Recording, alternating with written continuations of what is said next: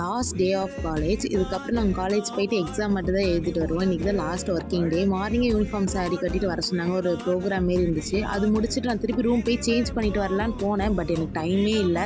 Attestation வாங்க மறந்துட்டேன். சரின்னு சொல்லிட்டு ஒரு ஹாஸ்பிட்டல் போய் அட்டஸ்டேஷன் வாங்கிட்டு ஜூஸ் மட்டும் குடிச்சிட்டு திருப்பி கிளாஸ்க்கு வந்துட்டேன்.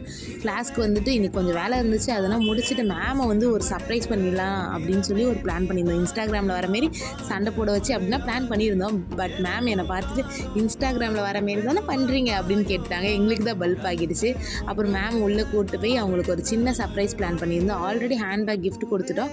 பட் இது லாஸ்ட் டேனால ஏதாச்சும் மெமரபிளாக இருக்கணும் அப்படின்னு சொல்லி திருப்பி பண்ணியிருந்தோம்.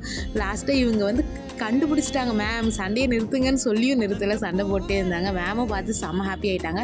அப்புறம் மேம் எங்களுக்கு ஒரு சின்ன கிஃப்ட் கொடுத்துருந்தாங்க. அதை பார்த்து நாங்கள் ரொம்ப ஹாப்பி ஆகிட்டோம். அதெல்லாம் முடிச்சுட்டு அது பின்னாடி நாங்கள் சைன் போடுறது டிஷர்ட் லாஸ்ட் அட்டனன்ஸ் சொல்லி லாஸ்ட் அட்டனன்ஸ் எடுத்து முடிச்சுட்டு எல்லோரும் ஜாலியாக விளையாண்டுட்டு கிளம்பி ரூம் போயிட்டோம். டாடா, இன்னொரு வீடியோவில் பார்க்கலாம்.